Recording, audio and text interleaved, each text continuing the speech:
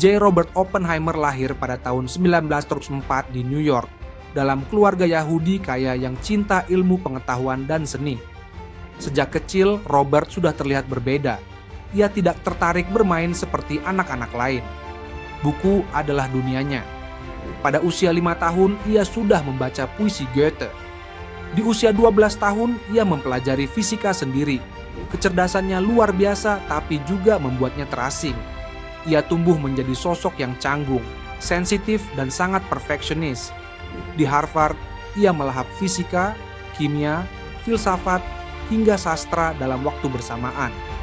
Di kemudian hari, ia belajar di Cambridge dan Göttingen, bertemu dengan para ilmuwan top Eropa dan menjelma jadi bintang di dunia fisika kuantum. Tapi meskipun otaknya brilian, hatinya gelisah.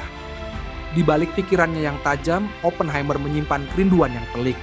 Ingin dimengerti, ingin dihargai, dan ingin menemukan tempat di dunia yang terasa begitu sempit bagi pikirannya yang luas.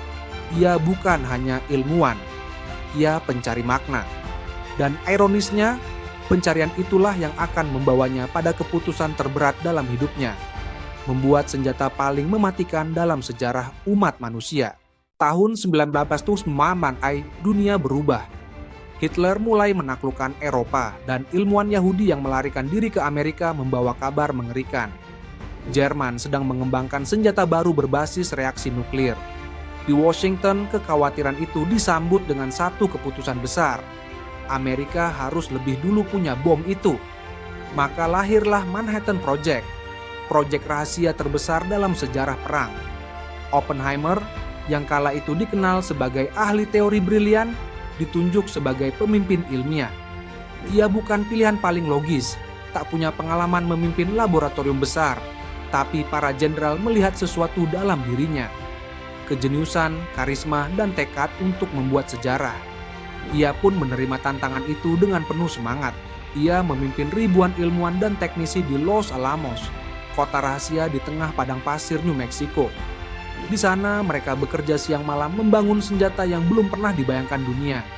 Bom atom. Sebuah alat yang bisa menghancurkan kota dalam sekejap, memusnahkan ribuan nyawa hanya dengan satu ledakan. Di awal, Oppenheimer melihat proyek ini sebagai misi ilmiah dan moral. Ia ingin mencegah Nazi memiliki bom itu lebih dulu. Tapi di dalam hatinya mulai muncul keraguan. Karena apa yang mereka bangun bukan hanya untuk menang perang, tapi juga membuka pintu ke era kehancuran massal. 16 Juli 1945, pukul 15.29 pagi. Di gurun tandus Alamogordo, New Mexico, langit tiba-tiba menyala. Sebuah cahaya menyilaukan membelah cakrawala. Gelombang panas menyapu bumi. Awan jamur raksasa menjulang tinggi. Itulah Trinity, uji coba bom atom pertama di dunia.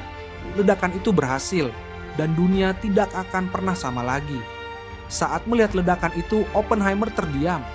Ia tidak bersorak seperti ilmuwan lain. Dalam benaknya hanya satu kalimat dari kitab Bhagavad Gita yang muncul. Now I am become death, the destroyer of worlds. Kini aku menjadi kematian, penghancur dunia.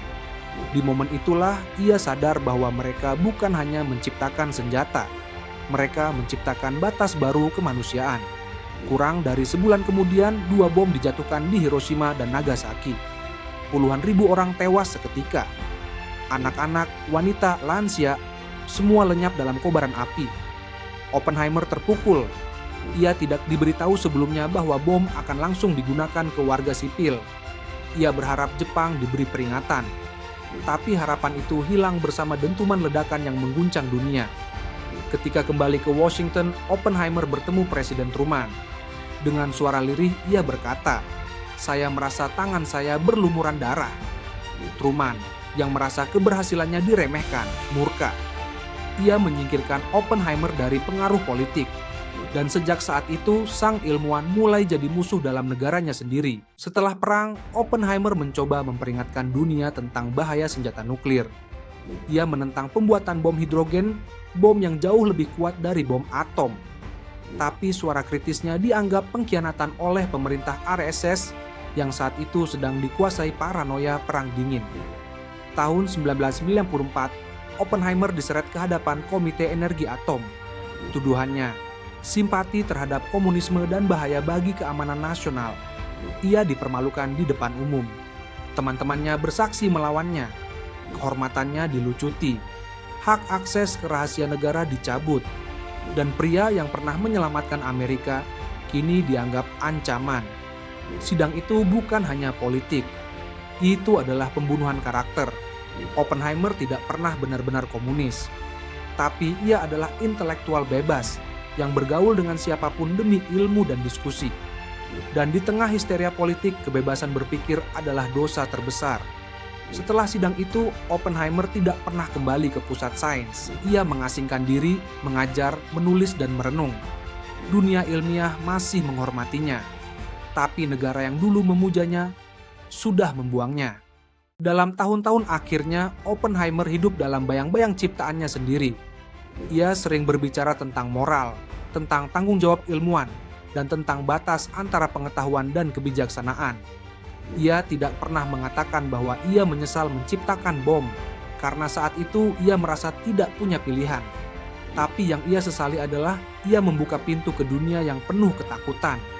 Ia menjadi simbol ambivalensi, ilmuwan yang hebat, tapi juga manusia yang hancur oleh kesadarannya sendiri. Banyak yang menyalahkannya, tapi banyak pula yang memahaminya. Karena sesungguhnya ia tidak pernah ingin membunuh. Ia hanya ingin memahami dunia. Tapi dunia dalam kekuasaannya menggunakan pengetahuan untuk kekerasan, bukan kemanusiaan. Oppenheimer wafat pada 1967 karena kanker tenggorokan. Ia tidak melihat akhir dari perlombaan senjata, tidak menyaksikan runtuhnya tembok Berlin, tidak pernah tahu apakah dunia akan benar-benar belajar dari ledakan pertama yang ia ciptakan. Namun yang pasti, nama Oppenheimer tak akan pernah lepas dari sejarah. Bukan hanya sebagai penemu bom atom, tapi sebagai simbol bahwa kejeniusan tanpa kendali hati nurani bisa menghancurkan dunia. J. Robert Oppenheimer adalah bukti bahwa manusia bisa menciptakan keajaiban dan kiamat dalam waktu bersamaan. Ia mencintai ilmu, tapi ilmu yang ia cintai justru menjadi senjata. Ia ingin menyelamatkan dunia dari tirani, tapi malah mewariskan ketakutan global. Dan penyesalannya bukan hanya tentang bom, tapi tentang apa yang terjadi pada kemanusiaan setelah ledakan itu. Dunia hari ini masih hidup dalam bayang-bayang senjata nuklir. Tapi kisah Oppenheimer tetap jadi pengingat bahwa pengetahuan harus selalu diimbangi dengan kebijaksanaan. Bahwa tidak semua yang bisa dilakukan harus dilakukan.